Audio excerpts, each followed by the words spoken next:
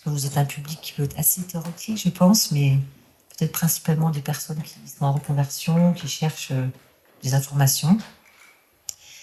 Donc, je me présente déjà. Donc, moi, je m'appelle Laurence Alloy. Je m'occupe des sujets formation, emploi et compétences à Unitex. Donc, Unitex, c'est le logo en haut à droite là, de l'écran. Donc, Unitex, on est une organisation professionnelle, un syndicat professionnel qui est basé à Lyon et qui couvre tout le grand quart sud-est de la France et qui a comme adhérents des entreprises qui travaillent dans le domaine du textile sur toute la chaîne de valeur. Donc, on part du fil jusqu'à la confection, en passant par des activités de moulinage, donc préparation du fil, moulinage, texturation, de tissage, de tricotage, de confection. Et entre le tricotage et la confection, ou tissage, confection, il y a aussi l'ennoblissement, qui est le fait de teindre, d'imprimer un textile. Donc voilà, donc ça fait au total tout un champ d'activité très variable, avec des entreprises qui sont sur tout ou partie de ce champ. La plupart sont sur un champ et certaines, comme par exemple le groupe Devaux, peuvent couvrir l'entièreté de la chaîne de valeur. Donc du coup, ce que j'ai prévu d'évoquer aujourd'hui, c'est, on va dire, je vais vous parler du textile et de l'industrie textile en général, notamment dans la région d'Auvergne-Rhône-Alpes, en ce qui concerne des chiffres clés. On va aussi parler des marchés d'application de ce matériau, puisque le textile, même si le mot est utilisé un peu parfois, pas forcément bon escient, mais le textile, c'est au départ un matériau, une matière qui peut être tissé, qui peut être tressé, qui peut être tricoté, qui peut être donc sous différents aspects, non tissé aussi. Et donc cette matière, elle va servir à plein d'applications différentes. Alors la plus essentielle, celle à laquelle on pense tout le temps, c'est évidemment ce qu'on porte sur nous au quotidien. C'est la première application en volume, à peu près 40%. C'est aussi l'ameublement. Donc là, on est bien servi dans ces magnifiques salons, puisque là, vous voyez des tentures, toute une utilisation du textile sur la décoration aussi. Mais donc ça, c'est à peu près 10%. Et les 50 autres %, c'est tout un tas d'autres marchés que je vais essayer d'évoquer un petit peu. Et puis assez rapidement, on laissera la place aux questions, parce que je pense que vous êtes aussi là pour poser des questions.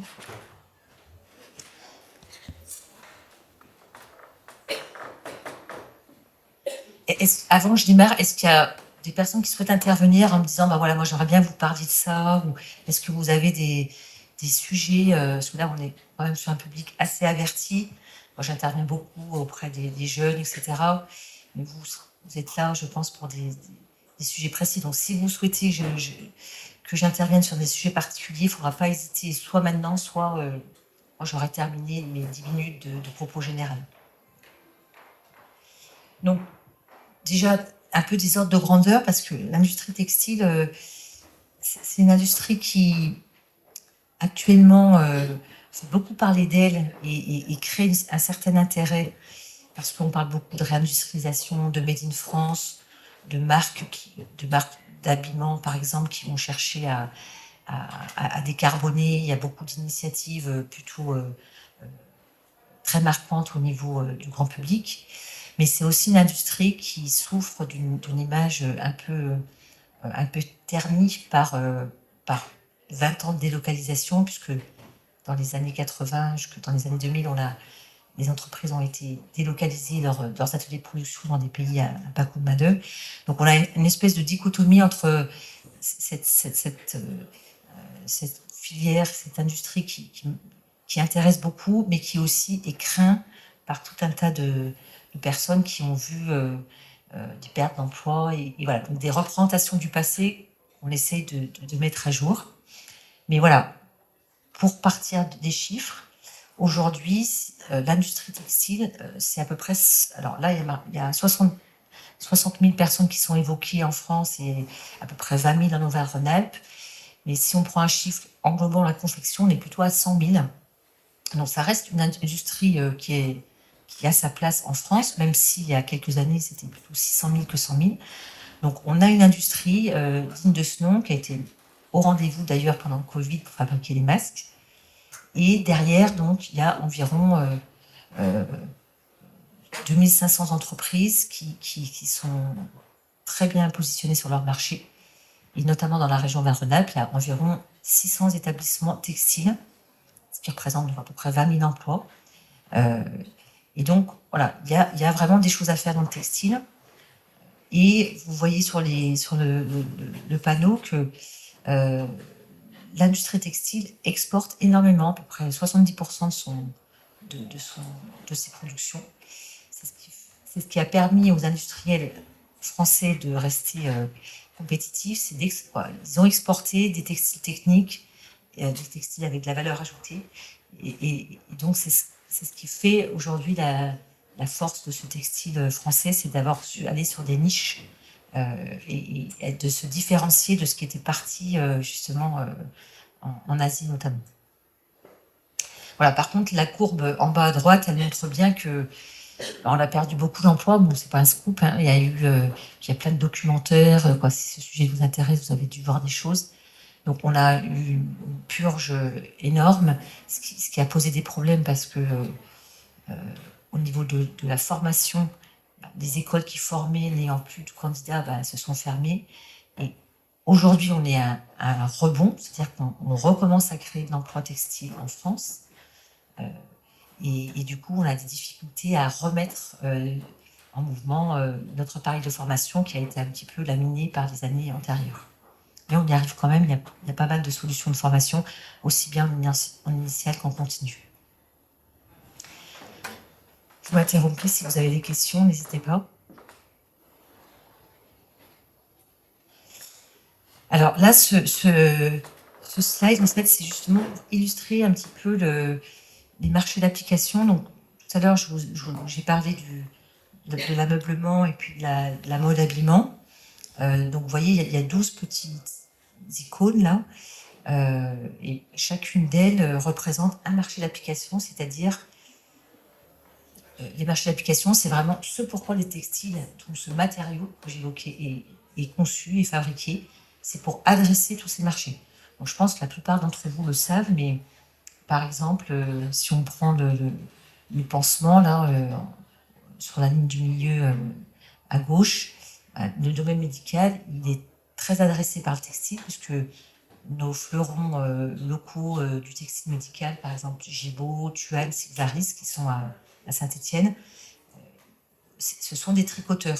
Donc, ils ont des machines à tricoter, circulaires, rectilignes, et donc des bas de contention, tous les articles d'orthèse, etc.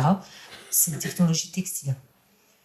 On peut prendre un autre exemple, le petit casque là sur la première ligne. Donc ça représente les équipements de protection individuelle. Donc on a tout un tas d'entreprises qui fabriquent des textiles pour les pompiers, les militaires, les gendarmes qui ont besoin de textiles qui ont des traitements très spécifiques, unifuges, hydrophobes, etc. Et donc, ça, c'est aussi une application majeure du textile et un marché qui se porte bien parce qu'on a de plus en plus de personnes à équiper dans le monde, notamment au niveau militaire.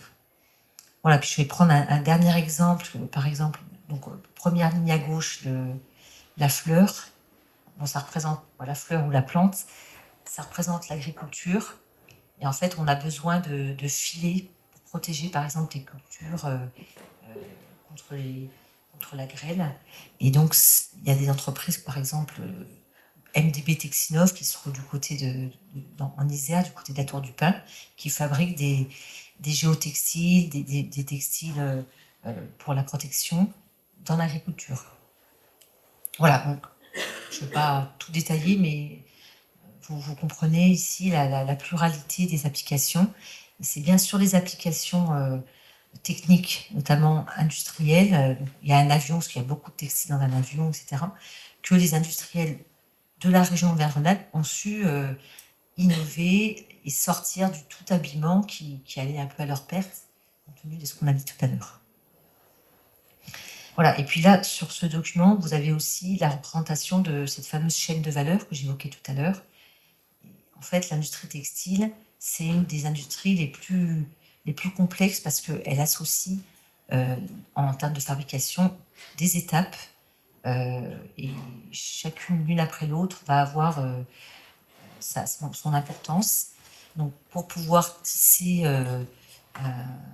un satin de soie qui ensuite sera utilisé par des couturiers pour de la confection luxe, le fil en amont va être très important. Il va être préparé, mouliné, texturé d'une certaine façon. On va lui apporter des caractéristiques qui feront que, après le passage en tissage, il sera apte à son ennoblissement et à sa confection. Vous voyez, toutes ces étapes s'enchaînent, sont faites pas forcément par les mêmes entreprises, mais in fine aboutissent à un produit final. Voilà. Et donc, ce qui est intéressant, c'est que dans la région Auvergne-Rhône-Alpes, on a toutes les étapes qui sont représentées, sauf la filature, où là, on achète le fil très rarement en France, parce qu'on a perdu ce savoir-faire, et derrière le fil, il y a aussi des matières premières. Alors, on a des entreprises chimiques qui filent du polyamide, du polyester, à Lyon, par exemple, dans la vallée de la chimie, mais la plupart des fils correspondent à des fibres naturelles, comme le coton, la soie, etc., sont importés. Voilà un petit peu sur des données générales. Et après, si je zoome un petit peu sur les aspects emploi. Voilà. Donc là, vous avez une carte sur comment on est dans la région. Auvergne-Rhône-Alpes, première région textile de France. C'est intéressant que je vous fasse un petit brief sur finalement où sont les emplois et les opportunités textiles dans la région. Donc, ce qu'on voit là, c'est que le Rhône, la plus grosse représentation, c'est dans le Rhône et autour du Rhône, notamment autour de Tarare. On a pas mal d'industriels. Après, on a l'Isère. On a une grosse représentation textile autour de Bourgoin-Jallieu, la Tour du Pin, avec des acteurs comme Excel, le groupe Porcher, donc MDB Textilnov que j'ai évoqué tout à l'heure, Mermet. Tout ça, c'est du textile technique. Ensuite, on a la Loire, qui est un très gros bassin avec le bassin Stéphane de Saint-Étienne, Saint-Étienne-Fermigny, où là, on a beaucoup de tissage étroit. Donc, ce sont des métiers à tisser qui tissent des rubans, notamment, avec donc tout un tas d'entreprises qui ont beaucoup innové. Je pense par exemple à Néret, qui est une entreprise qui fait du tissage étroit, mais qui fait des étiquettes maintenant intelligentes, donc ce qu'on appelle le smart textile. Ouais, donc à partir d'une technologie de base, ils ont réussi à innover et à devenir un peu incontournable pour équiper les grandes marques d'étiquettes intelligentes. Donc Néret, on a aussi donc à Saint-Étienne le domaine médical que j'ai évoqué tout à l'heure, donc Siglaris, Tuan, Gibaud, etc. Et puis dans la Loire, aussi au nord de la Loire, il y a Roanne, le bassin rouennais qui est encore très actif sur l'aspect tricotage, donc la maille, avec des sociétés comme de Vernois qui sont toujours bien représentées. Et ensuite, on a quelques poches d'activités et d'établissements en Drôme-Ardèche. Donc l'Ardèche était très importante, notamment sur les aspects ennoblissement et moulinage. Et c'est encore le cas au nord de l'Ardèche, au côté Annonay, et puis également au sud, côté Aubenas. Et on a quelques poches, enfin, à Clermont-Ferrand, donc c'est une petite poche à Ambert. Ambert, il n'y a pas que du fromage, il y a aussi des entreprises qui font de la tresse. Donc elles tressent. La tresse, c'est l'association de 3 fils. C'est beaucoup utilisé dans l'industrie automobile, par exemple, pour sous le capot d'une voiture, il y a des objets des tresses qui permettent de protéger certains éléments du moteur. Donc voilà pour la répartition. Donc, vous voyez qu'on voit des entreprises textiles un peu partout, avec quand même une dominante dans un contexte territorial rural, ce qui peut être parfois questionnant sur des questions de mobilité pour certains publics, notamment les jeunes, mais c'est peut-être moins le cas pour vous. voilà, mais cette industrie n'est pas majoritairement en zone urbaine. Il y a quelques entreprises textiles au sein de Lyon, mais c'est quand même pas la majorité.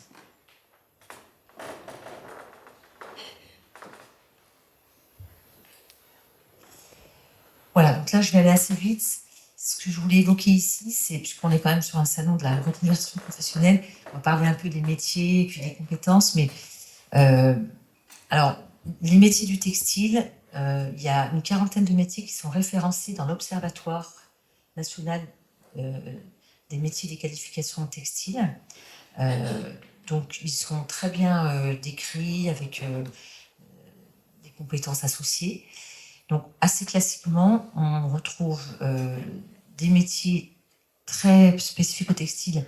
C'est toute la partie production avec des métiers de conducteur de machine, de mécanicien régleur, de coloriste. Donc, tout ça, ce sont des métiers qui sont assez... Voilà, on peut retrouver dans d'autres industries, mais qui sont quand même assez spécifiques. Et après, vous avez tout un tas de métiers, commercial, marketing, qualité, environnement, métier support, qui sont transverses, c'est-à-dire que c'est pas parce qu'on n'a pas travaillé dans le textile qu'on peut venir y travailler. Le textile est en interaction avec la plasturgie, avec la chimie, avec, c'est un peu nouveau, tous les métiers du recyclage. Et donc, ça crée des passerelles assez faciles. Et le textile a tout intérêt à accueillir des personnes qui ne viennent pas forcément spécifiquement de ce secteur, quitte à se former pendant quelques mois au démarrage sur la matière textile et ce qui fait un peu ses spécificités. Voilà, donc il y a vraiment une pluralité de possibilités pour venir travailler et un secteur qui s'ouvre beaucoup au regard des innovations et des enjeux. Voilà, là c'est simplement pour vous faire un zoom sur, si on me posait la question, quels sont les métiers qui aujourd'hui sont les plus en tension, c'est-à-dire sur lesquels on a un différentiel entre les marques d'intérêt pour les métiers et le volume de ce qui est recherché. Donc, ce serait plutôt ces métiers-là.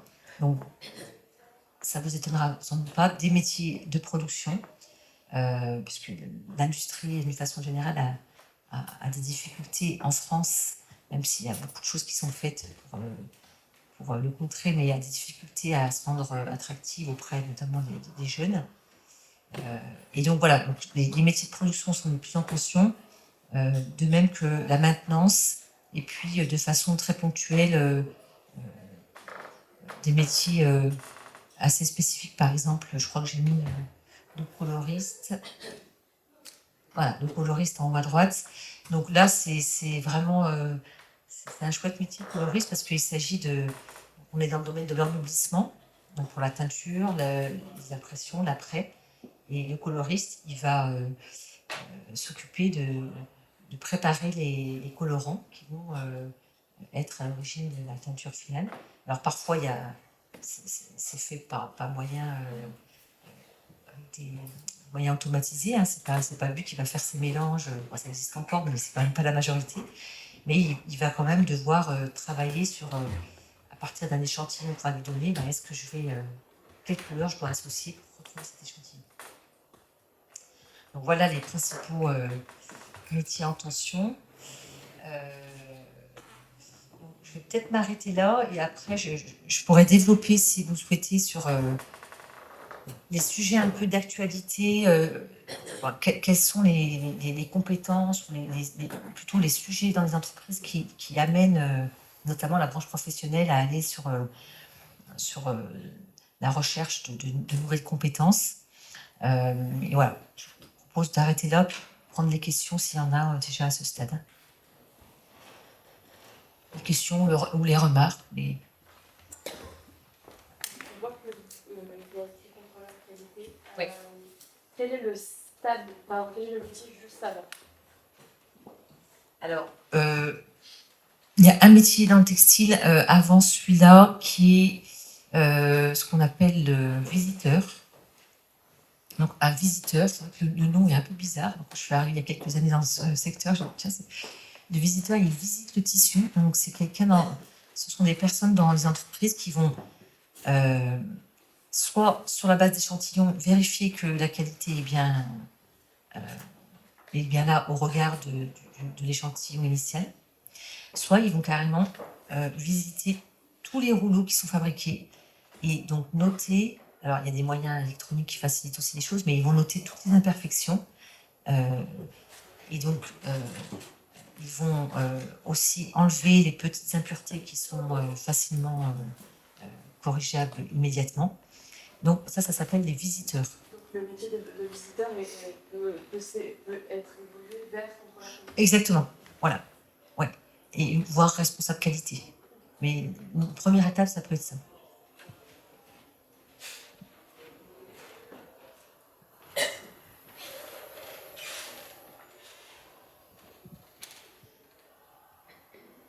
Oh, vous n'êtes pas bavard. C'est la fin de journée.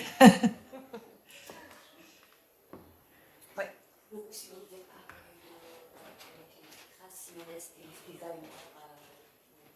Ouais. Ouais. Alors, effectivement, je n'ai pas beaucoup volontairement parlé de ce sujet-là. Donc, tout à l'heure, je parlais des marchés d'application. Donc, on avait rappelé les différentes icônes. Voilà, donc pour ce marché-là, mais aussi pour le marché de l'ameublement qui est là. Bon, principalement pour ces marchés-là, mais il y a aussi des designers ici. Bon. Il y a effectivement, le textile est très concerné par la partie design, mais aussi création dans le sens stylisme, modélisme. Alors, j'en ai pas parlé parce que pour le coup, à l'inverse des métiers en tension que j'évoquais tout à l'heure, là, on a au contraire plus de demandes de postes que d'offres de postes. Parce que ce sont des métiers qui font beaucoup rêver, notamment la jeune génération. Quand on fait des salons comme le Mondial des métiers, on a beaucoup de jeunes qui rêvent d'être stylistes ou modélistes. Donc, on essaie déjà d'affiner, quand on a ce genre de demande, on essaie d'affiner ce qu'elles souhaitent faire, parce que c'est des métiers très différents. Et puis, surtout, on explique qu'il n'y a pas beaucoup d'élus et que c'est un secteur où il faut se préparer à une très forte concurrence. Voilà, donc on n'en parle pas, j'en parle pas naturellement, facilement, parce que justement, c'est un secteur qui est plutôt fermé, ce qui n'empêche pas d'y aller si on a vraiment de l'appétence et que c'est sa passion. Voilà, mais il y a plein d'autres choses à faire indépendamment de ça. Voilà, et donc sur ce sujet, si cette thématique vous intéresse, je peux vous conseiller d'aller voir à Roanne, donc dans la région, il y a la Technopole d'Hydro, il y a un organisme de formation très spécialisé sur ces métiers, donc de modéliste, styliste, également un prototypiste, et qui peut, lors d'une journée porte ouverte ou d'un contact, vous préciser les formations proposées et les entreprises qui sont derrière. Comme je vous ai entendu parler de formation, je reviens dessus, mais toujours par rapport à contrôleur qualité. C'est un boulot que j'ai eu la chance d'exercer il y a 5 ans. Mais c'était dans un pays étranger où une licence 3 suffisait. Et là, quand je regarde les métiers aujourd'hui de contrôleur qualité, à chaque fois, les diplômes, ça va de CAP à ingénieur. Donc je suis un peu perdue, je ne sais pas trop quelle est la formation la mieux à faire pour faire ce travail aujourd'hui en France. D'accord. Vous souhaiteriez vous positionner à quel niveau, du coup, où vous souhaiteriez rentrer dans cette chaîne entre CAP et ce serait quoi votre souhait à vous? Au niveau je pensais au niveau de la chaîne de production, non, au niveau des études. Ouais, des études. Globalement, je vais faire n'importe quoi, mais tant que c'est en alternance, enfin tant que je ne perds pas de revenus en fait, donc que c'est en alternance ou quoi, je suis prête à partir sur 5 ans d'études. Ouais. Alors, il faudrait qu'on en parle individuellement de façon plus précise, mais ce que j'ai envie de vous dire, c'est que la qualité dans les entreprises textiles, il y en a besoin à tous les niveaux. Donc, on parlait du visiteur qui était un peu la première étape. Et après, il y a la QHSE, donc qualité, sécurité, hygiène, etc. C'est aussi des postes très importants auxquels on associe maintenant parfois la RSE aussi. Donc voilà, il y a toute une chaîne et puis il y a beaucoup d'évolutions possibles dans les différentes strates. Donc je pense qu'en fonction de votre profil, il faudra qu'on l'étudie individuellement, mais en fonction de là où vous en êtes, vous pouvez rentrer et après évoluer. Moi, je vois pas de frein. Alors après, il faut trouver des offres d'emploi qui correspondent à ce que vous recherchez. Je ne l'ai pas dit, mais on a un site internet qui s'appelle www.frenchtech.org. Le logo était affiché à la première page.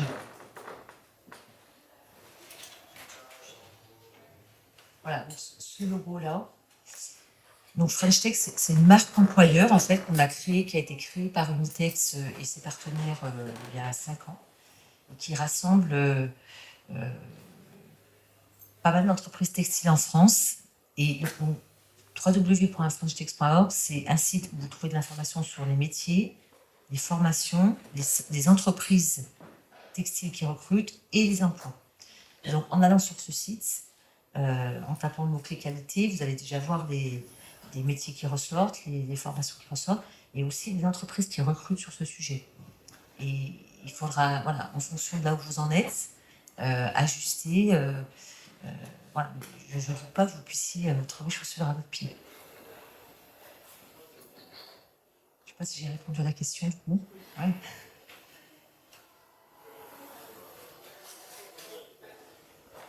Est-ce qu'il y a d'autres questions, remarques, interrogations?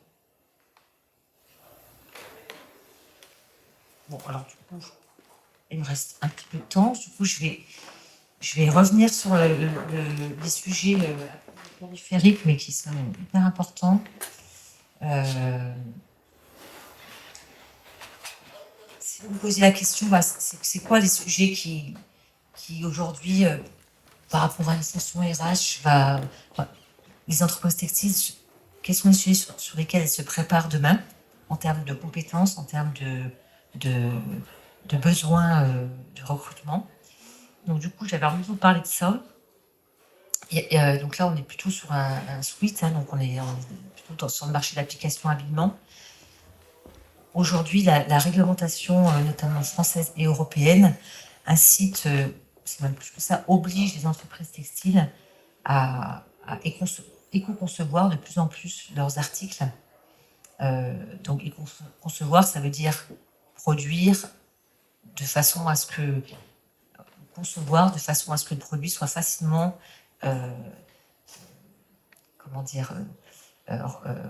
recyclable, mais avant d'être recyclé, réutilisable ou réemployable ou upcyclable, etc. Et donc, c'est là où on parle d'analyse de cycle de vie, parce que en décomposant finalement comment un produit est fabriqué, comment il vit et comment ensuite il devient un déchet, c'est comme ça que progressivement on arrive à améliorer sa conception et donc sa vie. Et donc derrière cette notion de cycle de vie, on a tout un tas de réglementations qui vont interopérer, notamment l'affichage environnemental. Donc, dans le textile, en Europe, une nouvelle réglementation est en train d'arriver qui va obliger les fabricants, à partir d'un certain nombre de milliers de pièces fabriquées, hein, donc tout le monde ne va pas être tout de suite concerné, mais les plus gros, oui, ils vont devoir afficher sur l'étiquette ce qu'on appelle l'affichage environnemental. C'est un score, un petit peu comme le Nutri-Score qu'on voit actuellement dans l'alimentation. Et donc ce score va permettre de noter l'objet, le textile, en fonction donc de son indice bilan carbone, utilisation de l'eau, où il a été fabriqué, etc. Donc, pour pouvoir afficher cette étiquette, les entreprises vont devoir procéder à toutes ces étapes de réflexion pour tracer en fait tracer le produit et ensuite être capable d'afficher dans ces éléments. Donc là également, il y a un slide qui représente finalement les enjeux liés à l'éco-conception textile et le fait que, vous voyez ici, si on parle de la matière première, en quoi le textile va devoir être vigilant, donc c'est par rapport à la consommation de ressources fossiles, la consommation d'eau, puisque par exemple pour c'est du coton, il faut énormément d'eau. On va avoir aussi besoin de produits chimiques, donc tout ça, ça va interférer. Et pour chacune des étapes, voilà, je ne vais peut-être pas tout commenter, parce que une demi-heure, c'est court, mais vous voyez, ça vous montre finalement sur quel sujet on réfléchit en ce moment et sur quel sujet on va avoir besoin de compétences demain. Voilà. Justement, au niveau des compétences de demain, est-ce que ça génère du coup un profil de poste est-ce qu'il y a un poste particulier qui va être créé pour faire ça? Ouais. Alors. Est-ce qu'on identifie aujourd'hui les compétences demandées par rapport à ce qu'on fait? Oui. Alors, pour répondre à votre question, en fait, je pense que ce sujet ne vont pas générer de nouveaux métiers. Par contre, il y a plein de métiers qui vont être impactés. Par exemple, l'acheteur, dans sa façon puisque l'acheteur, il va aller acheter des matières premières, dans sa façon d'acheter, il va devoir être très au fait de où il achète les matières, qu'est-ce que ça induit en termes d'impact, etc. Bon, le responsable R&D, lui, il va devoir intégrer l'éco-conception dans sa réflexion. Et donc, il peut aller chercher des nouvelles compétences là-dessus ou les intégrer. Voilà, et si je prends on pourra trouver plein d'exemples comme ça. Donc voilà, donc il y a en fait tous les postes, même la fonction RH, elle va être concernée par cette thématique plus globale de la décarbonation, du développement durable, etc. Puisque avec les nouvelles réglementations, CSRD, etc., on va avoir des rapports de durabilité qui vont obliger les RH à chiffrer et à tenir compte de leur politique sociale et sociétale. Donc, pas de création vraiment de nouveaux postes. Les responsables environnement, ils existent déjà, les responsables qualité, etc.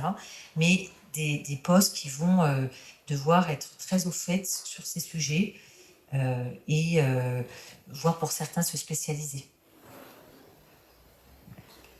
Voilà, donc toute cette actualité réglementaire, environnementale, sociétale, elle va devoir innerver les entreprises. Donc, dans vos réflexions par rapport à cette filière, même si vous êtes potentiellement spécialisé dans le commerce, dans l'achat, dans la qualité, dans la recherche, il faudra toujours avoir une toile de fond, mais au fait, c'est quoi le contexte sur ces thématiques, parce que ça va innerver votre métier en fait. Un peu le principe de la qualité il y a 20 ans. Oui. Il y avait un responsable qualité ou un responsable RSE. Oui. Voilà, en transversal, oui, exactement. Oui, c'est vrai que vous avez raison, c'est un peu la même logique. Ouais.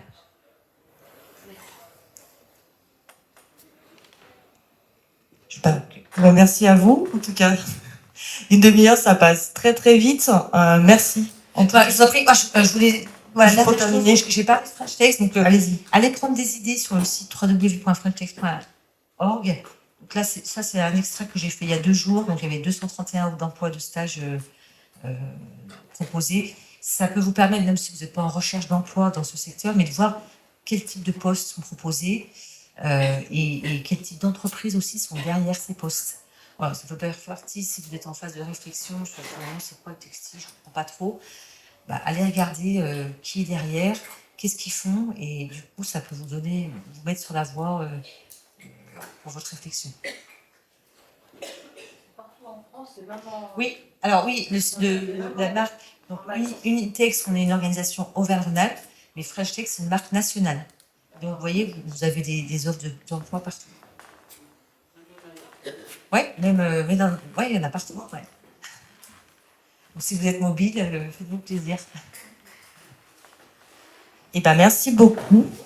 Donc n'hésitez pas à retrouver donc Unitex en particulier et tout le secteur de l'industrie. Ils sont en bas au rez-de-chaussée sous le logo avec l'industrie. Voilà, sous cette bannière-là. Donc jusqu'à 18h, ça vous laisse encore le temps d'aller échanger avec les différents exposants.